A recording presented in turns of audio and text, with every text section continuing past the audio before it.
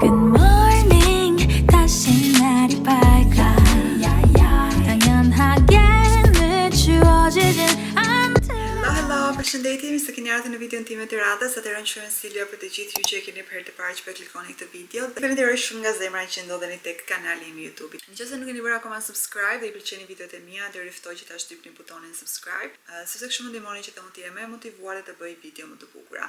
Atëherë sot ka një arsye të veçantë që unë kam hapur pra videon këtu në YouTube, sepse realisht ishte në më dyshën që ta hapja apo jo, por duke qenë se nuk kam qenë aktive për 2 javë edhe në Instagram edhe në YouTube, që në YouTube zakonisht ndodh që të bëj mungesa kaq të gjata, por në Instagram jo, sepse realisht në Instagram pëlqen shumë që të postoj, por duke qenë se këtë periudhë kohë kam qenë vërtet shumë e zënë dhe nuk kam pasur se çfarë të tregoj përveç të gjitha punëve që ne kemi bërë. Pra, kam pasur çfarë të tregoj, por jo gjëra pra të bukura dhe interesante.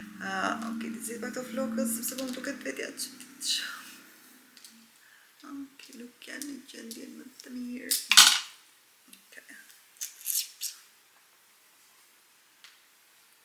Dhe duhet falenderoj 3 gocat të cilat më kanë shkruar në Instagram, më kanë thënë që Silvia, a je mirë, a është familja jote mirë, a është gjë okay, sepse nuk më kanë parë pra aktive në Instagram dhe normalisht ishin shqetësuar nëse gjithçka ishte okay me jetën time apo jo.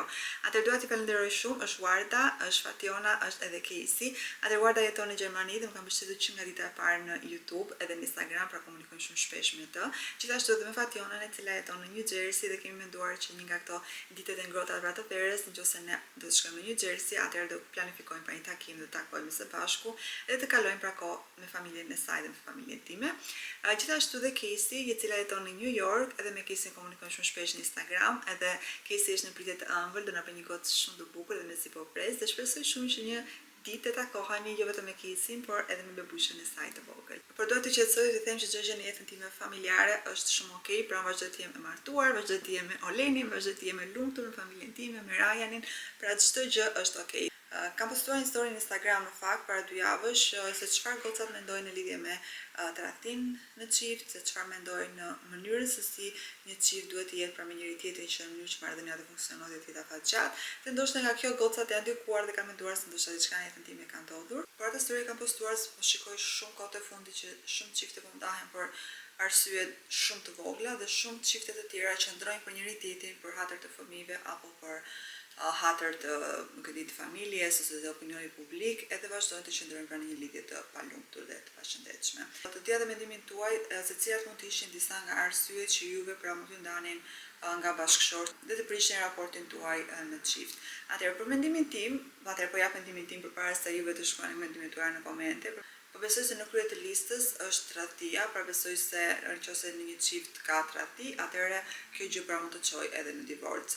Ka gjëra në fakt të tjera që mund të ndikojnë, pra nuk është e thënë që duhet patjetër të ndodhë një tradhti që çiftet të divorcohen, por është shumë mungesa e komunikimit në çift, sepse ka shumë çifte të cilat njihen në fillimet e tyre, çdo gjë është okay dhe shumë gjëra mbeten të pathëna gjatë kohës. Pra, duke kaluar vitet, shumë gjëra ngelen akoma tek fillimi I lidhjes, ku këto gjëra mund të pra të ishin diskutuar që në fillim të lidhjes dhe jo të ishte zgjatur kjo lidhje për vite të tëra me radhë, pra për 10 vite, 15 vite, 20 vite dhe të mos ishin diskutuar pra që në momentin që duheshin diskutuar. Sepse çdo partner në jetë ne e zgjedhim vetë, pra është një zgjidhje jon e lirë, të cilën ne e bëjmë pra me dashuri, nuk është diçka që neve dikush na imponon që okay, ti merre këtë burrin edhe me këtë jetë detyruar të kalosh të jetën tënde dhe nuk e zgjidhje tjetër. Pra ne kemi zgjidhje në jetë dhe në momentin që ti zgjedh pra të kaluar jetën me një partner, do të thotë që ti atë partnerin e do, e dashuron, do që të krijosh familje me të, e respekton, të pëlqen mënyra se si ai duket, të pëlqen mënyra se si ai sillet me ty, të pëlqen mënyra se si ai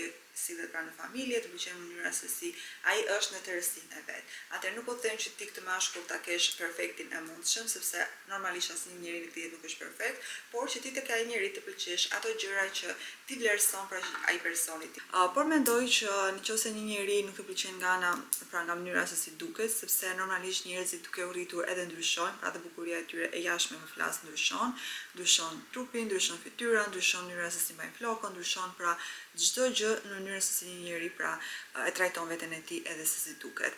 Atëherë, unë kam qenë gjithmonë një njeri që kam dashur të dukem bukur, pra kam dashur të dukem bukur jo më tepër për të dukur bukur pra tek njerëzit, por për të ndier mirë me veten time. Dhe gjithmonë familjes time ishte dukur pak e çuditshme kjo pjesa që unë kam qenë e vogël që edhe kur shkoja në dyqan në market doja që të kisha make-upin tim të bërë që të isha e veshur bukur, domethënë doja që të dukesha njësoj sikur po të shkoja ku diun për të pirë një kafe pra në lanç. Dhe gjithmonë mami më thoshte që shikoj, nuk është nevoja që të vishesh kaq, domethënë nuk është nevoja që të ndryshosh veshjen e shtëpisë për të shkuar në market, por kjo ka qenë diçka e imja personale dhe realisht nuk bëhem pishman që kam qenë pra kështu që e vogël dhe kam pëlqyer gjithmonë pra që ta mbaj veten siç e thash, por nuk është se kam qenë në një yll i bukur dhe nuk ka çdo që të jem pranë një yll i bukur. Arroa kolash. My baby is here. Që kam my baby ka varë këmbën? Jam këtu për të bërë se mos i duket pak çuditshëm, jam këtu për të bërë eksperten e marrëdhënieve në çift. Thjesht po japim mendimin timin se si unë mendoj për këtë pjesë dhe thjesht do doja që të di edhe mendimin tuaj në lidhje me këtë temë. Më kanë ardhur disa mesazhe në Instagram, duke qenë se tashmë bëj video në YouTube dhe gocat më ndjekin gjithashtu në Instagram, duke më shprehur shqetësimet e tyre në lidhje me raportet e tyre të çift. Realisht mund të them që shumë goca gjejnë mungesën e respektit ndaj partnerit që ato kanë, specifikisht pra tek meshkujt, pra gocat që ndjejnë mungesën e respektit ndaj partnerit të tyre, ndjejnë gjithashtu mungesën e përkushtimit, sepse duhet patjetër që nëse në një raport në çift të dy partnerët pra të kenë një përkushtim sa maksimal ndaj partnerit tjetër. E di që jeta është gjithmonë busy dhe ne mundohemi që të bëjmë gjithmonë sa më shumë punë në mënyrë që të kemi sa më shumë të ardhura për familjen tonë, të bëjmë gjëra sa më të rritemi pra si profesionalisht, si për të siguruar fëmijëve pra një të ardhme sa më të mirë. Dhe mendoj se shumë çifte të cilët zgjedhin që të emigrojnë jashtë shtetit kanë këto problemet e vogla të përkushtimit ndaj njëri tjetrit ose thjesht njëri nga partnerët më të ndihet sikur ka një mungesë pra të vëmendjes.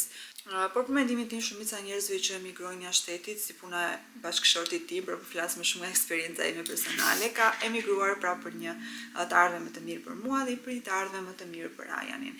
Kur kam qenë në fillim në Sarand, në fakt pasi Oleni iku, nuk mund të them që më duk se një praktisi që ai thjesht iku dhe na lane aty, por me kalimin e viteve dhe kalimin e kohës, sepse Oleni është munduar që të vi çdo 6 muaj në Shqipëri, tashmë ju e dini. Dhe gjithashtu jam munduar që Rajani t'i tregoj, sepse Rajani ka qenë pra i vogël, por gjithsesi ndjen atë mungesën e Olenit, edhe ka qarë sa herë që Oleni ikte, pra i ka si trauma dhe sot i kësaj dite që kujtohet që babi ikte dhe mua më linte vetëm aty dhe qante. Por unë jam munduar gjithmonë që t'i shpjegoj që babi është në Amerikë, ne do vëmë shumë shpejt e babi, do bëhemi bashk, babi është aty për të ardhmen tonë, babi është aty për të siguruar diçka për ne, babi është aty për diçka të mirë, pra nuk është se babi thjesht ka ikur, na ka braktisur dhe ne të dy jemi këtu vetë. Nuk është se kam qenë prindi më perfekt i mundshëm, as nuk jam, nuk do të them që dhe tani jam në këto momente, bëj shumë gabime gjatë prindërimit tim, bëj shumë gabime gjatë mënyrës se si unë po e rris Rajanin, e di që bëj shumë gabime ndoshta edhe si grua në raport me Olenin, e di që bëj shumë gabime edhe si motër, si shoqe, si çfarë do lloj statusi që unë mund të kem në këtë jetë, pra në çdo raport që unë kam me njerëzit, e di që ka gjëra që dhe unë mund t'i gaboj, edhe normalisht të gjithë njerëzit gabojnë, nuk mund të them që jam perfekte dhe do dalë këtu dhe do mbaj tabelën e perfektes, absolutisht nuk e kam pasur asnjëherë, thjesht jam munduar që me kalimin e viteve, sa më shumë dhe koha kalon dhe sa më shumë që më rritem, jam munduar që të pranoj ato gabimet apo defektet që unë kam në raport me çdo marrëdhënie të mundshme pra që krijoj në jetën time. Thjesht i vetëm problem që unë kam është që mërzitem shumë shpejt, e kam pasur këtë historikisht, pra edhe për një fjalë të vogël goje, unë i vartë urinj, në fakt i vartë urinj, mundohem që mos ta shpreh, por nga diçka që fytyra më gënjen shumë, domethënë në momentin që unë jam e mërzitur me diçka ose më kanë kelur qefi me diçka, të duket kilometra larg që unë i kam varur të urinjt dhe jam e mërzitur, nuk jam munduar ta rregulloj këtë me kalimin e viteve, thjesht do doja shumë që të mos mërzitesh ose më ngelej qefi për thjesht një fjalë goje, domethënë do doja shumë që ta hiqja këtë si gjë. Gjithashtu mërzitem shumë kur u përkushtohem njerëzve më shumë se sa ata meritojnë ose më shumë se ç'duhet. Dhe nuk e marr mbrapsht, domethënë kam këtë gjë, nuk i jap gjërat për të marrë diçka mbrapsht, por kur ule dhe mendoj dhe them shikoj se po marr shembullin më ekstrem dhe po marr shembullin më të thjeshtë dhe po them shikoj se unë këtë njerëz e kam telefonuar 10 herë, pra kam qenë unë i pari person që kam telefonuar dhe në një kohë që unë bëj një shkëputje që nuk e telefonoj më ku ti unë për 1 muaj, 2 muaj, 3 muaj, 4 muaj dhe ti nuk kujtohesh, atëre më fal, ti në rrugën tënde, unë në rrugën time, këtu na ndahen gjërat, na ndahen rrugët, sepse nuk mund të jem unë gjithmonë njeriu që e marr telefonin dhe them ai si ke kaluar, si ke qenë, ai e mirë, as e mirë. a ke nevojë për diçka. Por siç e thash, në momentin që njerëzit nuk kujtohen për ty për një kohë të gjatë, atëherë unë thjesht mbaj qëndrimin në momentin që doni të bini numrin tim të telefonit, familjarët, njerëzit e mi të afërt e di numrin tim të telefonit, unë jam gjithmonë këtu, Instagram kemi, YouTube kemi, pra e di që më shikoni shumicën e gjëra pra i shikoni në YouTube, por u kam thënë që në YouTube ne shfaqim gjithmonë gjërat tona pozitive dhe të bukura, por asnjëherë, okay, ka disa probleme që i shfaqim në YouTube, por jo shumë gjëra personale të brendshme, pra të shpirtit tonë dhe të trupit tonë. Kështu që kjo ishte një gjë që ndoshta më ka bërë të shkëputem pak këto kohë nga YouTube-i. Kam vënë pak edhe në më dyshje faktin nëse dua të vazhdoj ta tregoj jetën time publike pra këtu në YouTube. Dhe nuk e dini nëse të gjithë njerëzit që jeni mbrapa këtij ekrani, e di që shumica prej jush janë pozitive, sepse i shikoj dhe në komentet që më vijnë në YouTube, i shikoj dhe mesazhet tuaja në Instagram, shumë pak mund të jenë ndonjë tek tuk që mund të na prishi pak atë qefin, por normalisht nuk do na duan të gjithë dhe nuk do na përkrajnë të gjithë. Kështu që ka qenë një mëndyshje në fakt që unë kam pasur këto kohë, nëse dua të vazhdoj të filmoj, pra të tregoj jetën time në YouTube, apo thjesht dua të tërhiqem edhe të vazhdoj të bëj jetën time këtu pa ditur njëri, do doja në fakt që në fakt këto 2 javë kam shijuar, nuk mund të them që si kam shijuar, sepse kam qenë në zë, nuk e kam vrarë shumë mendjen se të tregoj pra jetën që unë bëj, sepse normalisht YouTube i kërkon një angazhim tjetër më vete, por thelbi kryesor është nëse unë dua që ta tregoj pra jetën time këtu në YouTube apo jo.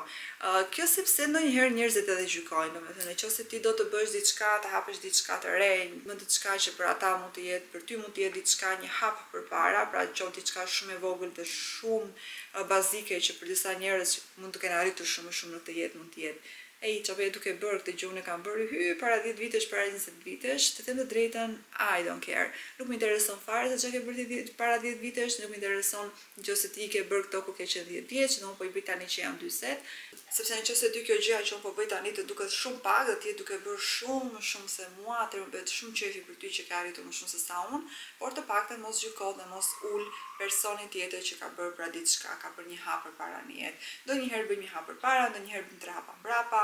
Dua të them që çdo njeri ka jetën e vet, ka eksperiencat e tij, ka arritjet e veta në jetë, ka familjen e tij, ka problemet e veta, ka çdo gjë të vetëm. Pra e gjithë gjëja e njeriu në përgjithësi është personale.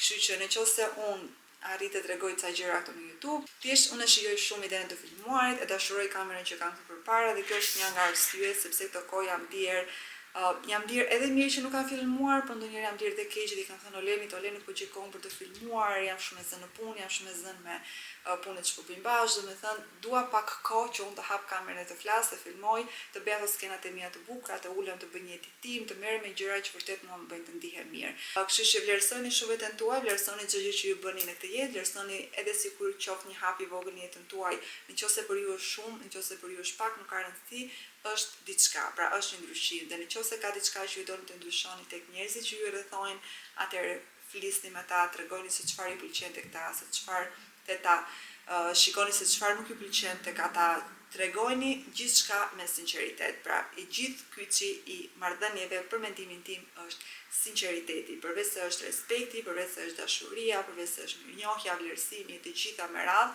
mendoj se të gjitha këto do të vijnë nga sinqeriteti. Mos e mbani kokën mbrapa, nëse diçka ka ndodhur në të kaluarën tuaj që ju ka lënduar, diçka që ju ka mbetur peng, diçka nuk e di, ndoshta e vogël, diçka shumë e madhe, diçka në një raport shoqëror, miqësor, në një lidhje dashurie, nuk ka rëndësi se çfarë ka ndodhur në të kaluarën.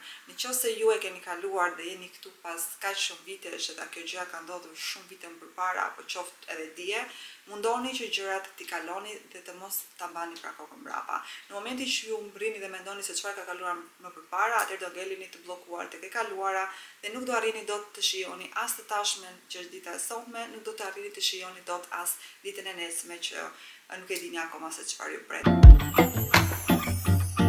무표정 그대로 고정 뭔가 보면 의미 없는 생각도 감정 들은 뭐뭐 그대로 유지 통해버려 발걸음을 돌려 또한 내 여기 서려 나 빼고 모두가 잘 어울려 벌써 조저녁 술집엔 안 들려 다 괜찮아 보여 행복해 보여 나만 어지러운 건가 봐 바쁘게 지나가 해는 또 지나봐 내 마음의 꽃은 언제 필까 바쁘게 살지만 그냥 좀 쉬다가 신호등 안 불이 언제쯤 바뀌니 있는 힘껏 에너지를 쏟아붓고 탈진 할 때쯤 초록 빨간 둘 중에 뭐가 더 넌 기대돼 이젠 그만 따라갈래 Hello nga dita tjetër e këtij vlogut, sot është ditë e martë dhe këtu në Amerikë është 30 gradë, domethënë ka qenë një vapë super e tmerrshme dhe e shikoni vetë që unë jam veshur me këtë bluzën që është pa ripa dhe gjithashtu me fundin super të hollë dhe nga poshtë jam me shapka. Nëse para 2 ditësh ishim me xhaketë, pra me një bluzë të hollë dhe me xhaketë sipër, sot jemi me shapkë. Unë sapo mbarova punën, ora është 5, në fakt e kam mbaruar që në 4:30, po sa kam ardhur këtu tek FedExi, te posta e FedExit, sepse kam bërë porosi business kartat. Atëherë nuk e mbaj më të fare, po fare se çka kam folur në këtë video, nuk e mbaj më të fare nëse u kam treguar për biznesin që unë me Olenin kemi hapur. Por nëse nuk e kam treguar, atëherë po them që ne kemi hapur një biznes mobile detailing për pastrimin e makinave. Dhe unë po merrem shumë me pjesën online, pra të business kartave, të social medias, edhe të gjitha këto angarierave që më duhet i bëj unë dhe vetëm unë. Pra Oleni thjesht po jep ide ndërsa unë jam duke punuar pra me gjithçka tjetër. Dhe kam bërë porosi në Canva, business kartat, pra unë kam krijuar në Canva, disa i kam printuar tek puna për të parë pak a shumë se si do dukeshin, por kam bërë porosi vetëm 100 co për të parë se si do jenë, por liçein atëherë do bëj të tjera. Nëse do ketë nevojë për ndonjë ndryshim, atëherë do mundohem të bëj ndryshimin dhe pastaj të porosis akoma dhe më shumë. Do t'i lë këtu Instagramin e biznesit ton, dhe nëse mundeni mund të më suportoni me një follow sepse akaunti normalisht është i ri, sapo është hapur. Kështu që ndan shkët e FedExi, makinën po e lë pak ndezur, po e lë në low temperaturën që të ftohet pak sepse realisht po pulcas, është tepër vap. Dhe do t'tregoj business karta sapo ti marr. 한숨 속에 섞인 감정들이 묘사 마주치며 교차하며 갈피를 못 잡듯이 갈피를 못 잡듯이 Sa përda në shtëpi, kështu që po t'rregoj direkt business kartat. Atëherë i thashë t'i merra tek FedExi edhe i shikojmë bashkë si do jenë. Këto janë business kartat. Atëherë kjo është e para, faqja e parë. T'rregoj vetëm një. Fokus. Edhe këtej është pjesa nga mbrapa. Mendoj se duke mirë, Olen. Okej, kemi bërë order 100 copë dhe ishin $20. Po t'rregoj dhe 2 gjëra të tjera të cilat mi ka bërë dhuratë shoqja e punës, Mary. Atëherë kjo është një dhuratë të cilën ma ka bërë dje, edhe është një grill e cila është elektrike, kështu që hapim bashkë të shikojmë. Siç mund të shifet këtu në foto, se dallohet qartë, këtu është pjesa e grillës, nësa këtu është si tip tenxhere vogël që mund të bësh para rajs ose gjëra të ndryshme, pra mund të gatuash. 달려와줘 like Helena 날 사랑한다고 가져왔던 떨림마저 저 바람결에 사라지는 Kjo në fakt është që nga ditëlindja ime, pra ka qenë dhuratë për ditëlindje, por unë nuk e kam hapur sepse kam dashur ta tregoj në video. Por duke qenë se këtë kohë nuk kam filmuar shumë video, atëherë kam ngelur pa u hapur. Atëherë kjo është një cutting and serving board, është mund të presësh, po ndërkohë edhe mundesh që të servirësh. E bukur e kësaj në fakt nuk është vetëm kjo pjesa këtu nga lart, që duket këtu që ka të hapësira ku ti mund të vendosësh ushqime, por është pjesa këtej. Mund ta mbani në këtë mënyrë, edhe këtu mund të shërbeni pra të gjitha frutat, çfarëdo gjë që doni të shërbeni, perime. Dhe këtu nga ana tjetër nga poshtë gjithashtu mund të vendosni pra fruta perime. Kështu që kjo është shumë e mirë nëse shkoni për piknik, dhe doni që të vendosni të gjitha gjërat këtu brenda dhe pastaj në momentin që uleni për të konsumuar pa drekën në piknik, mund t'i vendosni pra këtu sipër. Këtu nga mbrapa është harta e Pennsylvanias. Të shikoni, do ta kthej kamerën, do ta tregoj pak më mirë, por mund të shikoni të gjitha vendet që ka në Philadelphia. Dhe janë të gjitha të dhëndura, edhe është super e bukur. Atëherë kjo është harta e Pennsylvanias, edhe këtu mund të shikoni pra sa bukur që janë të gjitha të dhëndura. Këtu kemi Pittsburghin. Okej, po tregoj vetëm gjërat që unë di edhe njoh, pra që i kam parë. Këtu kemi Harrisburghin, që është vërtet shumë bukur. Edhe Allentownin, King of Prussia, ne jemi diku tek kjo zona këtu. Philadelphia. Është vërtet shumë e bukur mënyra se si i kanë gdhendur. Këto ishin gjitha gjërat që unë doja t'i tregoja, tani më duhet patjetër që të ulem dhe të merrem pak me gjërat e biznesit. Gjithashtu duhet të merrem pak edhe me këto rrjetet e mia sociale, sepse realisht kam shumë kohë që nuk jam aktive as në Instagram edhe as në YouTube. Që do mundohem të bëj sa më shumë punë të mundem sot në laptop, por si fillim duhet patjetër që të bëj darkën. Ora tani duhet diku tek 6 mos gaboj, por më duhet që të bëj biselet për darkë dhe dini që biselet kërkojnë pak kohë, sepse më duhet që të skuq pra të gjitha më beta. Kështu që do bëjmë gjellën, do bëj një dush edhe pastaj të ulemi direkt në laptop të bëjmë të gjitha gjërat që kemi për të bërë, sepse kam një listë me gjërat që duhet patjetër të mbaroj sot. I can see in your eyes that you've been lying by the hour. I'm always wrong and you're right, I know that's your superpower. I know you're sneaking out at midnight. It's hard for me to realize. Got me feeling jealous while you're careless when you're with your new lover. And every time I see you running out of your door, no matter what you say, swear that I've seen it before. I feel some kind of way, kicking like it's on the floor. You got me coming back for more and you drive me insane. I know you got so many issues, I ain't trying to fix you, cause you know I just can't get enough of your loving. And every time I kiss you, hate who I turn into. No point in taking cover, I know there ain't no other. I know you got your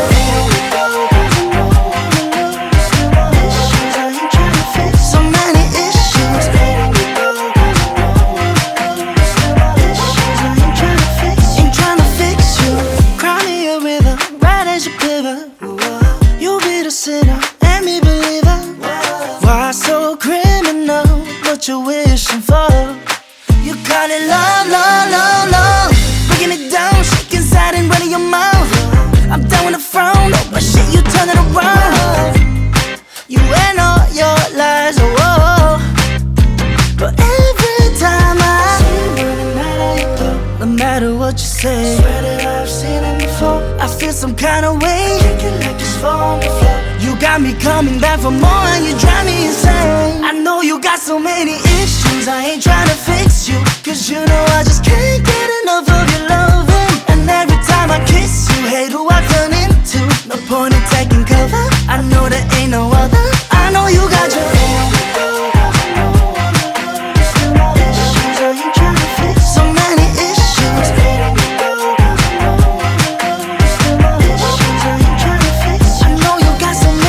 issues, I ain't trying to fix so many issues. Cause you know I just can't get enough of your loving. And every time I kiss you, hate who I turn into. No point in taking cover, I know there ain't no other. I know you got your